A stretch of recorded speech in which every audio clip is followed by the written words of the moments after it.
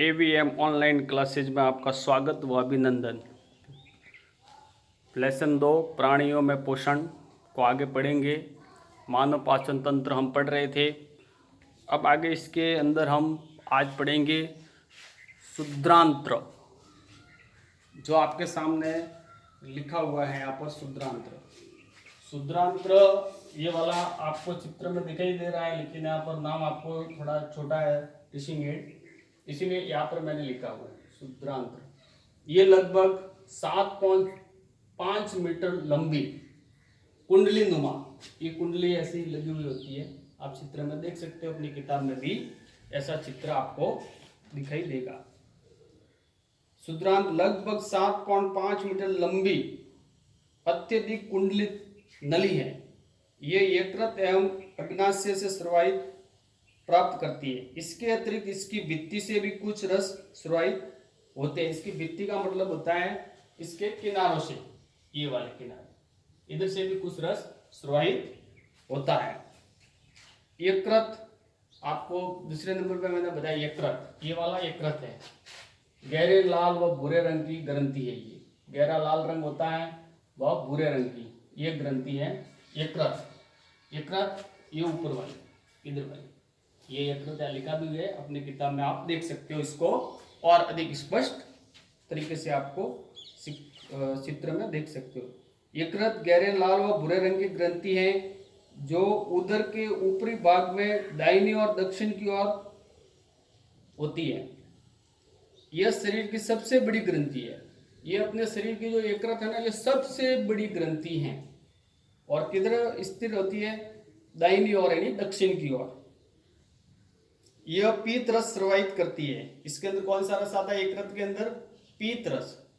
पीत रस को स्रावित करती है और पीत रस को ये यकृत ग्रंथि स्रावित करती है। यह अपने शरीर की सबसे बड़ी ग्रंथि है यकृत ग्रंथि, और पीसरत का स्रावित करती है। पीसरत वसा के पाचन में महत्वपूर्ण भूमिका निभाता है। अपने शरीर में जो वसा बनती है भोजन से, उसका पाचन में यह पीत रस बहुत ही महत्वपूर्ण भूमिका निभाता है। वसा का पाचन यही अपने शरीर में ये इसी ग्रंथि द्वारा होता है।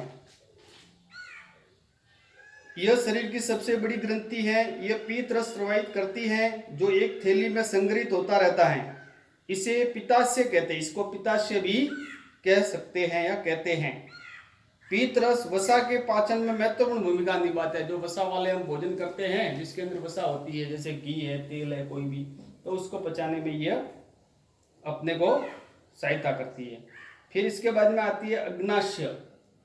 तो अग्नाशय ग्रंथि होती है ये इधर वाली, ये जो गहरा आपको दिख रहा है ना, ये वाला, ये अग्नाशय है। अग्नाशय पीले रंग की बड़ी ग्रंथि है। इसका रंग पीला होता है और ये बड़ी ग्रंथि है जो अग्नाशय के ठीक नीचे स्थित होती है। अग्नाशय रस कार्बोहाइड्रेट्स एवं प्रोटीन पर क्रिया करता है। किसके ऊपर क्रिया करता है? प्रोटीन व कार्बोहाइड्रेट, तथा इनको उनके सरल रूप से पचा भोजन अब शुद्रांत के निचले भाग में चला जाता है। फिर वो क्या, कौन से भाग में चला जाएगा? निचले भाग में चला आ जाएगा। कार्बोहाइड्रेट है, प्रोटीन है, इस सब को ये पचाने में क्रिया करती है और इसके बाद में भोजन नीचे की ओर आ जाता है। जहां मात्र रस स्रावित को पूर्ण कर देता है। कार्बोहाइड्रेट सरल शर्करा जैसे कि ग्लूकोज में परिवर्तित हो जाते हैं। यहाँ पर आप देखोगे तो कार्बोहाइड्रेट सरल रस यानी शर्करा यानी किसके अंदर परिवर्तित हो जाते हैं? ग्लूकोज के अंदर, ठीक है ना, परिवर्तित हो जाते हैं। वसा अम्ल में, वसा किसमें परिवर्तित हो जाती है? अम्ल में, ग्लिसरॉल में, तथा प्रोटीन एमिनो अम्ल में परिवर्तित हो जाते हैं। ये सब अपना अपना रूप परिवर्तित कर लेते हैं और अलग अलग भागों में इनका रूपांतरण हो जाता है। जिस प्रकार से एमिनो अम्ल में कौन परिवर्तित होती है? प्रोटीन। इसी प्रकार से वसा अम्ल में परिवर्तित हो जाती है।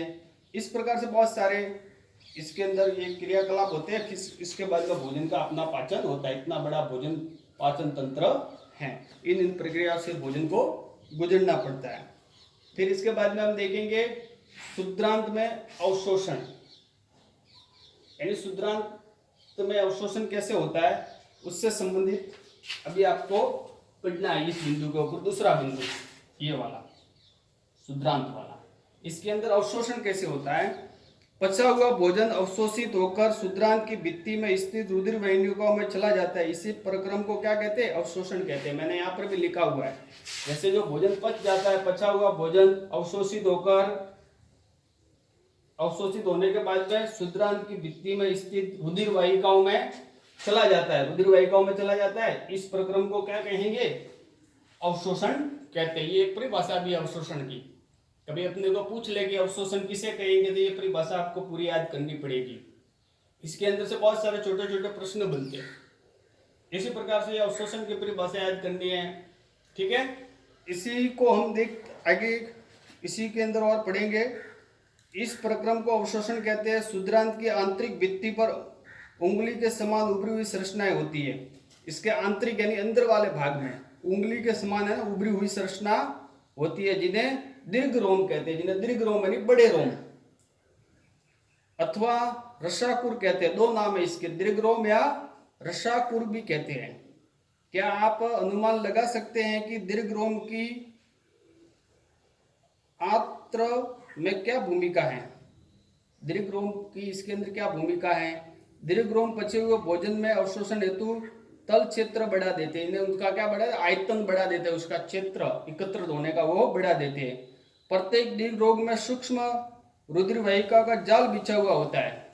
रुधिर वाहिका मतलब अपने रक्त का अपने शरीर में होती है, जो अपने को ऐसे भी हाथों पे दिखती है।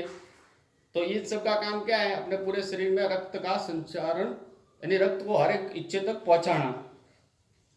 दीर्घ रोम की सतह से पचे हुए भोजन का अवशोषण होता है तथा यह रुधिर वाहिनिकाओं में चला जाता है और अवशोषित पदार्थ को स्थानांतरण रुधिर वाहिकाओं द्वारा शरीर के विभिन्न भागों तक होता है। जैसे भोजन तो पच जाता है, अब जैसे अपना भोजन की जो पचा हुआ भोजन है उसकी आवश्यकता जैसे अपने मस्तिष्क को है, तो वो वहां किसके द्वारा पहुंचेगा? रुधिर वाहिकाओं द्वारा। उस मस्तिष्क की जो भी आवश्यकता होगी वो इससे पूरी होगी। हाथों की है, पैरों की है, अपने शरीर के विभिन्न भाग है, हृदय है, उस सभी तक भोजन के अंदर का पौष्टिक आहार जो जिसको जैसी आवश्यकता होगी वो रुधिर वाहिकाओं के माध्यम से एक जगह से दूसरी जगह स्थानांतरण होता है।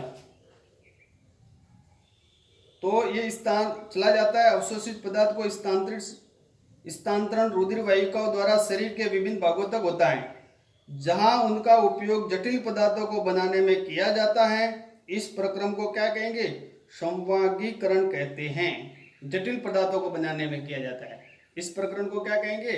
संवागीकरण कहते हैं। कोशिकाओं में उपस्थित ग्लूकोज का विघटन ऑक्सीजन की सहायता से कार्बन डाइऑक्साइड एवं जल में हो जाता है और ऊर्जा मुक्त होती है। ऊर्जा क्या हो जाती है? मुक्त हो जाती है। भोजन का वह भाग जिसका पाचन नहीं हो पाता, भोजन का वह भाग जो जिसका पाचन अपने पाचन तंत्र में नहीं हो पाता अथवा अवशोषण नहीं होता, वह बृहदांत्र में भेज दिया जाता है। बृहदांत्र में भेज दिया जाता है। जो भोजन बच जाता है जिसका पाचन नहीं होता, इसके अंदर 1 नंबर पॉइंट है, जो कितनी लंबी होती है? 1.5 मीटर लंबी होती है। गुदा द्वारा मल का बाहर निकलना निष्कासन कहलाता है।